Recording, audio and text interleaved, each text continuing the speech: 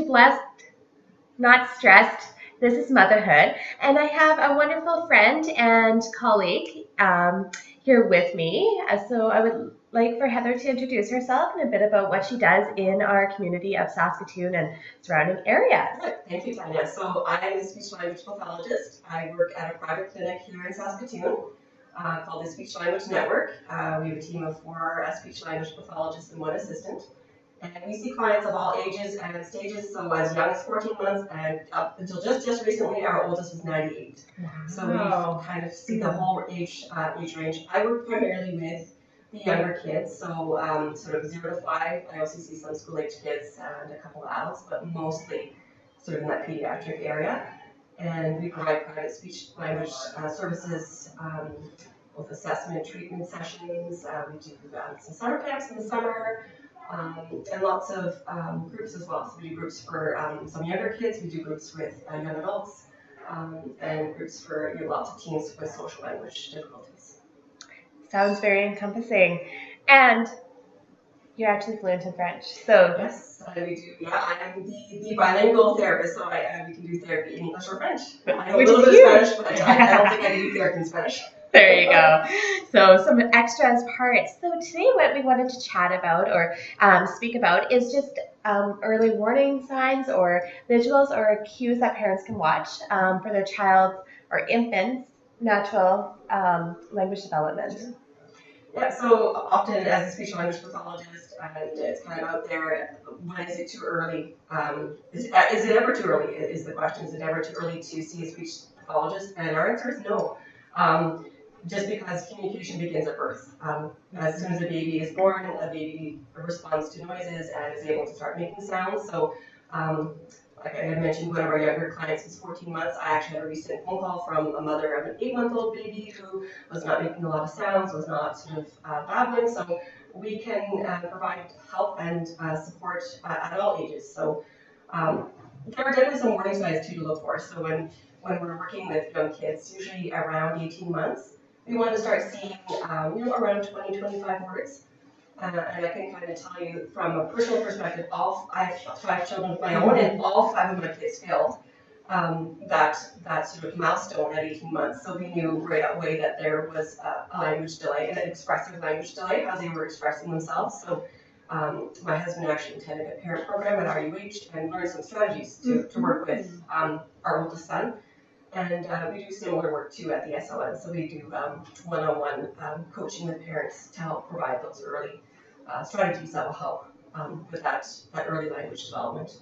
And then also sort of when a child is hitting that 2-year mark, we often would like to see those two-word combinations. So if a child is using less than 100 words by age 2 and not really starting to put 2 words together, that's another sort of common early warning sign, I guess. Absolutely. And you mentioned, it's kind of the 2 months or 2 years, 2 words, those kind of ideas.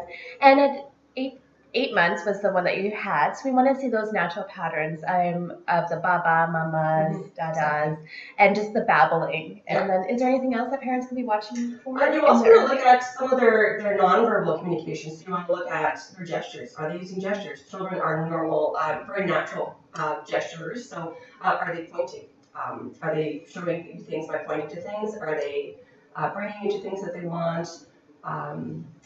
Some of those early, waving hello, waving goodbye, all those kinds of things. We also want to look at sort of how they're playing too. So, are they preferring to play on their own, or do they like to play with their other siblings, or will they play with you as the adult? And if they do tend to play on their own a little bit, that is sort of an indication there may be some difficulty with either their play skills or their social interaction skills. So how they play actually tells us a lot about how they're thinking. So I often tell families that I'm kind of, as I assess a new child, I'm watching your child as they're playing because I want to see how they're thinking. So if they're using 2 objects together in a playing scenario, I can tell that they're understanding that yes, I can use these 2 toys together. Sometimes they're even pretending something is something else, so they've got some of that early pretend play skill going on. Absolutely, play is. In the classes that I teach, we bring in so much play because it's really the child's work, and you can really find out where they are, what they're thinking, what they're interested in, and lots more on the child's development. Absolutely, for sure. Wonderful.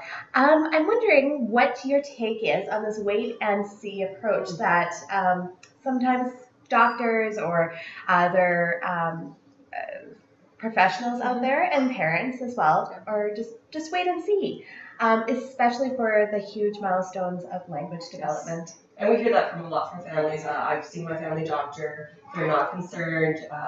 Let's wait and see if let's wait until your child is 3. Your child is a boy. They'll talk by the time they're 3. And we tell families that if they have a concern, it is never too early to speak to a speech language pathologist. And at the SLM, we actually will meet with the family if they have questions, just to sit down and talk to them at a consultation to give them some of those. You're fabulous. Those milestones. Yeah. Give them a sheet. This is what we should be seeing at this age. But really, waiting and seeing is not the best idea for all kids. You really want to get in there as early as possible, and there's many reasons for that. A child, as they're developing sort of before age 3, their brain is continuing to develop and to make new connections. So the sooner we can intervene, if we suspect there is a language delay, the more benefits there are to that child and to their whole family for the interaction skills that they'll be learning.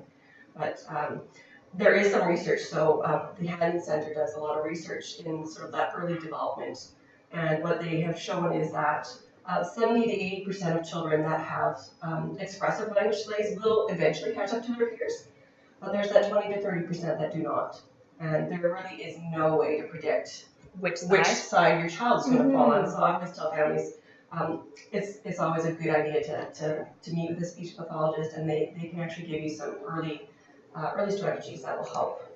Absolutely. And I remember we met when my oldest and your youngest were really young. Yes. And I remember you were saying this, and we just connected from our passions. And then we had our middle child, and she didn't babble, didn't talk, didn't even try communicating besides with sign language. And I actually remember coming to one of your workshops, and I was like, oh, great, what I'm doing is working. We can give these language-rich strategies at home and an environment just to even help the child, because whatever connections they make in their brain at an early year, we know that they continue to flourish throughout the lifetime. Yeah, what that research study also points out is those kids that are not catching up to their peers are at a higher risk for developing more severe language difficulties and also difficulty reading. So it kind of all ties together.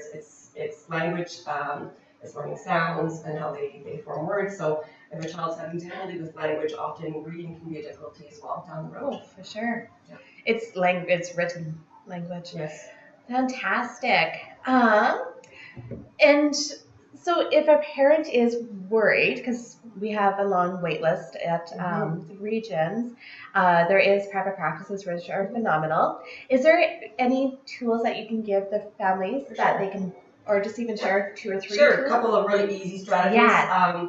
So basically just building those interactions, building those positive interactions with your child are so key. The very first tip that I often recommend to families is to get face-to-face with your child. So either getting right down on the floor with them, bringing them up across the table to you, just so that they can be watching us as we speak. They're watching actually our mouth move as we make sounds, but also we can watch our child and see what is it that they're interested in. So are they interested in the car? Are they interested more in the fact that the car is going down the ramp? And that helps us to pick words that we want to help target. So if they're playing with the car and they want to push it down, that might give us that indication that let's use the word down. That's a word that they want to say.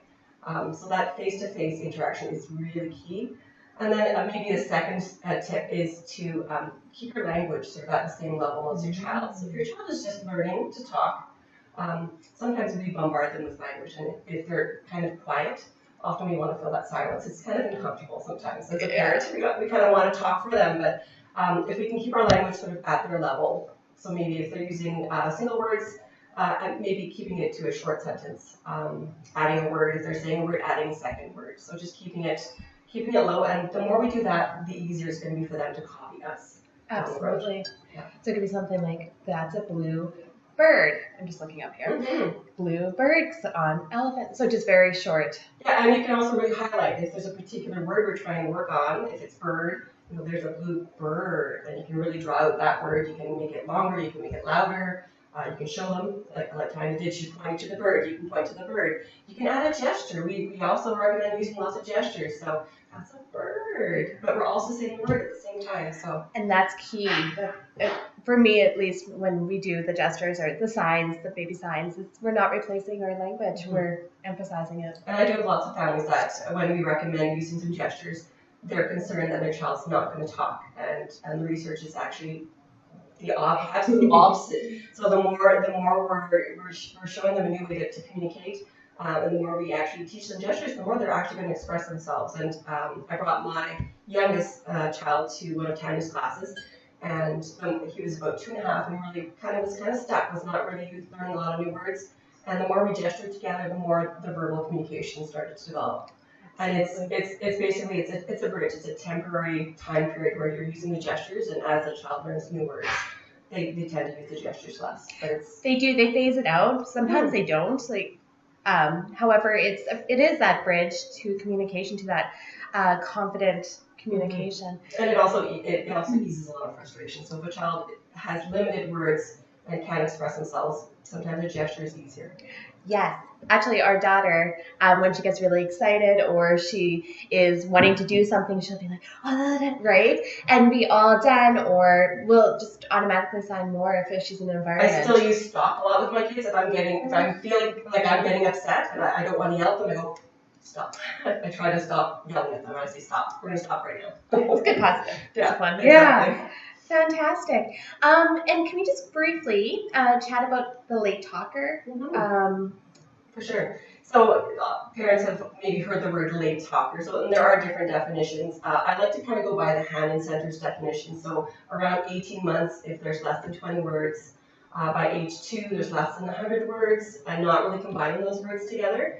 And what a late talker is basically a child who is having a delay in their expressive language, so the way they express themselves, but has a good understanding of language. So they can follow a simple instruction.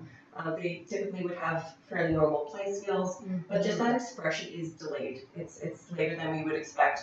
And again, we don't know will they catch up on their own, or will they continue to need some support? Just depends on where they are.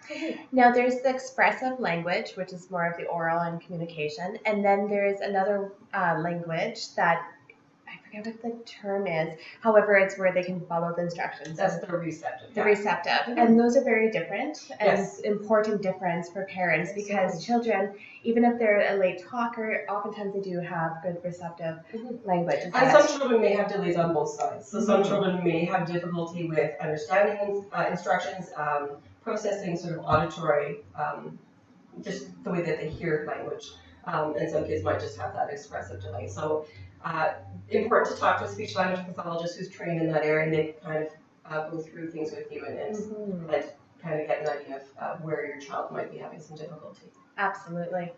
Fantastic. Thank you so much, Heather, for joining Blessed, Not Stressed. This is Motherhood. Thank you. If you check below, I will leave comments of their Facebook and website, and check them out. The Speech Language Network. It's SLN for short, right? That's right. And they have fabulous information on their websites, and just their Facebook is rich in that language resources. So make sure you check out their Facebook.